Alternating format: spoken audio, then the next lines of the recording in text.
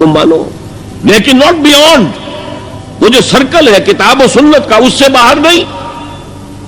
لا طاعت لمخلوق فی معصیۃ الخالق، یہ آپ الجبرے کے فارمولے کے طور پر اپنے سامنے رکھیے. اب اسے اپلائی کیجئے جیسے فارمولوں کے ذریعے سے پھر بڑے بڑے وہ سم جو ہے وہ حل کیے جاتے تھے سوالات.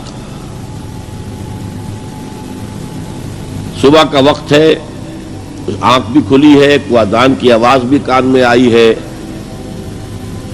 آپ کا نفس کہتا ہے ابھی سو جی. آپ نے اپنی چادر یا کمبل کو درست کیا اور کروٹ لی اور سو گئے. یہ کیا ہے؟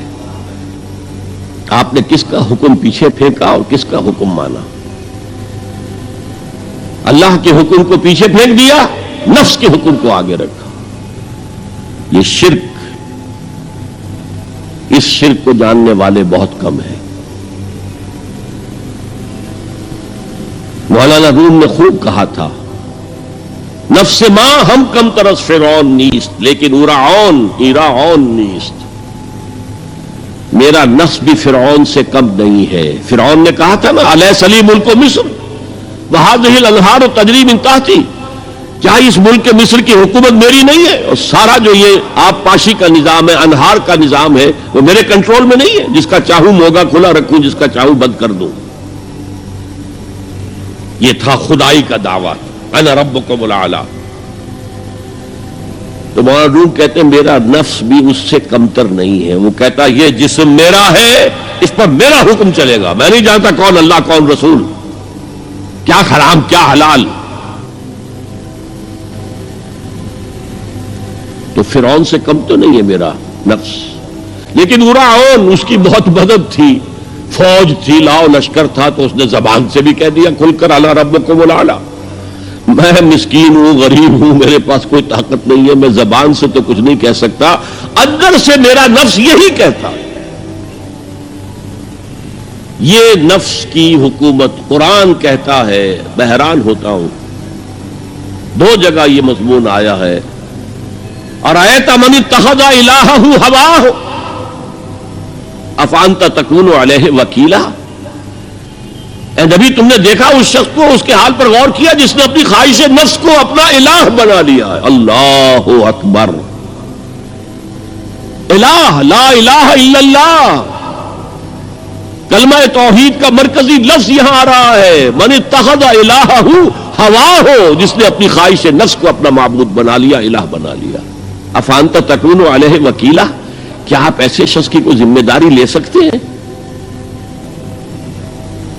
سود حرام ہوا کرے جی، حرام ورام، ہمارا دھندا جو ہے وہ آگے بڑھ نہیں سکتا. تو اللہ کے حکم کو پیچھے ڈالا، نفس کے تقاضے کو آگے رکھا. کون معبود ہے آپ کا؟ نام عبداللہ رکھیے، نام عبد الرحمان رکھیے، ہے عبد النفس، نفس کے بندے، نفس کے غلام. پوچھا گیا ایُّ الہجرت افضل یا رسول اللہ، اے اللہ کے رسول بتائیے سب سے اعلیٰ ہجرت کون سی ہے، افضل؟ فرمایا ان تہجر ما کرہ ربک، ہر اس چیز کو چھوڑ دو جو تمہارے رب کو پسند نہیں. آج رات ہی سے آپ ہجرت شروع کر سکتے ہیں. جائزہ لیجئے کیا کیا چیزیں میری زندگی میں خلاف شریعت ہیں تو اللہ کو ناپسند ہے. فیصلہ کیجئے کہ آج کے بعد نہیں ہوگی. ہجرت شروع ہو گئی، افضل الہجرہ، سب سے افضل ہجرت شروع ہو گئی. المجاہد من جاہد نفسہ، جہاد تو یہاں سے شروع ہو گیا، اپنے نفس کے خلاف جہاد کرنا. صبح نفس نے کہا ابھی سو جاؤ، آپ نے نفس کی بات کو رد کیا، اپنا کمبل اٹھا کے پھینکا، اٹھے، وضو کیا، نماز کے لیے آپ مسجد چل دیے. آپ نے جہاد کیا نفس کے خلاف. یہ افضل الجہاد ہے. اور سب سے چوٹی اوپر یہ ہے کہ جب وہ حق و باطل کی جنگ ہو تو جان ہتھیلی پر رکھ کر میدان میں حاضر ہو جاؤ.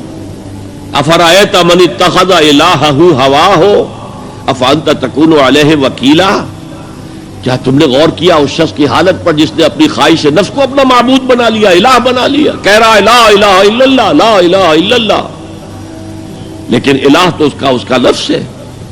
اب اس کو انتہا پر لے جائیے. عہد حاضر کا سب سے بڑا شرک، سب سے بڑا شرک، سب سے بڑا شرک عوامی حاکمیت کا تصور ہے. حاکم اللہ کے سوا کوئی نہیں، ان الحکم الا للہ۔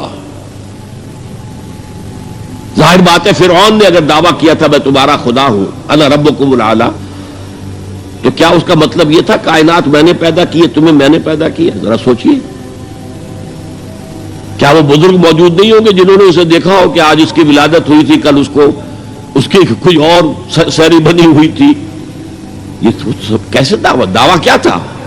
میرا حکم چلے گا، میں نہیں جانتا، علیہ سلیم ملک مصر کی حکومت میری ہے کہ نہیں؟ یہ دعویٰ تھا، یہ خدائی کا دعویٰ ہے۔